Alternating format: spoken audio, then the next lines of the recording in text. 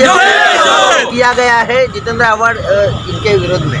मैं हमेशा से ये कहता आया हूँ कि वे डॉक्टर नहीं, एक नकलाकार, एक नाटककार, एक नौटंकीकार है।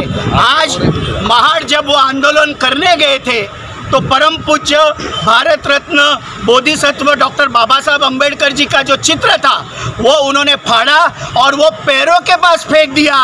परम पूज्य डॉक्टर बाबा साहब अम्बेडकर का जो अपमान उन्होंने किया है, हम राज्य सरकार से ये मांग करते हैं कि उनके ऊपर और उनके साथ जितने भी लोग उस आंदोलन में शामिल थे उनके ऊपर महाड़ के पुलिस स्टेशन में गुनाह दर्ज होना चाहिए।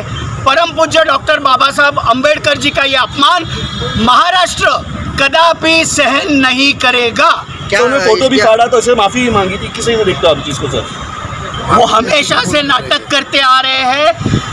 मनुस्मृति का विरोध राष्ट्रवादी कांग्रेस पार्टी भी करती है। हमारे राष्ट्रीय अध्यक्ष, राज्य के उप मुख्यमंत्री माननीय अजीत दादा पवार साहब ने स्पष्ट कर दिया था कि मनुस्मृति के श्लोक किसी भी परिस्थिति में पाठ्यक्रम में नहीं आएंगे, पर जिनको नौटंकी नाटक करने की आदत है उनके दिल में क्या है वो फोटो फाड़ते में साफ दिखाई देता है। इसलिए वो अब कितनी भी माफ़ी मांगे, महाराष्ट्र और महाराष्ट्र का तमाम दलित और बहुजन समाज, पुरोगामी समाज उन्हें माफ़ नहीं करेगा।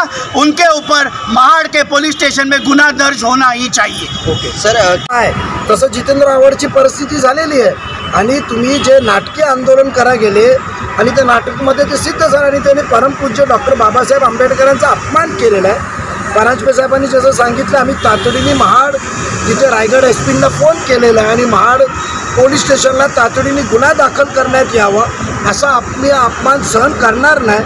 म्हणजे जे फोटो तुम्ही हातात ठेवलेले आहे परमपूज्य डॉक्टर बाबासाहेब आंबेडकरांचा, तुम्ही विसर पडलाय तर कोणाचा फोटो पाडतायत, काय पाडतायत, म्हणजे किती नाटक त्यांच्या डोक्यात आहे आणि किती गुर्मी आहे ते दिसली आपल्याला। म्हणून महाराष्ट्रातली जनता पुरोगामी विचार मांडायचा आणि पुरोगामी विचार मांडत असताना आपण कसे कृत्य करायचे हे सिद्ध होतं। म्हणजे फक्त त्या जीवावर खोटं आणि खोटंच म्हणणं आहे त्यांच्या मनात आणि त्या समोर आलेलं आहे। म्हणून पुरोगामी विचाराबाबतीत आम्ही असं अजिबात सहन करणार नाही आणि गुन्हा नोंदवल्याशिवाय आम्ही शांत बसणार नाही। आणि जेवढे फोटोमध्ये आहेत सर्व ठाण्यातून घेऊन गेलेली लोक आहेत त्यांच्यावर गुन्हा नोंदवला पाहिजे। मनुस्मृतीच्या विरोधात तुम्ही देखील कशाप्रकारे दखल घेणार? आमची भूमिका पक्षाने परवाच अजित सन्माननीय दादांनी, राष्ट्रीय अध्यक्ष दादांनी मांडली आहे। आमचे अध्यक्ष परांजपे साहेबांनी सांगितलंय ते आम्ही कदापि होऊ देणार नाही। तिथे आम्हाला जी भूमिका घ्यायची आम्ही भूमिका घेणार आणि ते शिक्षण या अकॅडमिक करिक्युलममध्ये येणार नाही त्याची आम्ही दक्षता घेणार। परंतु हिंदी में जानना चाहेगा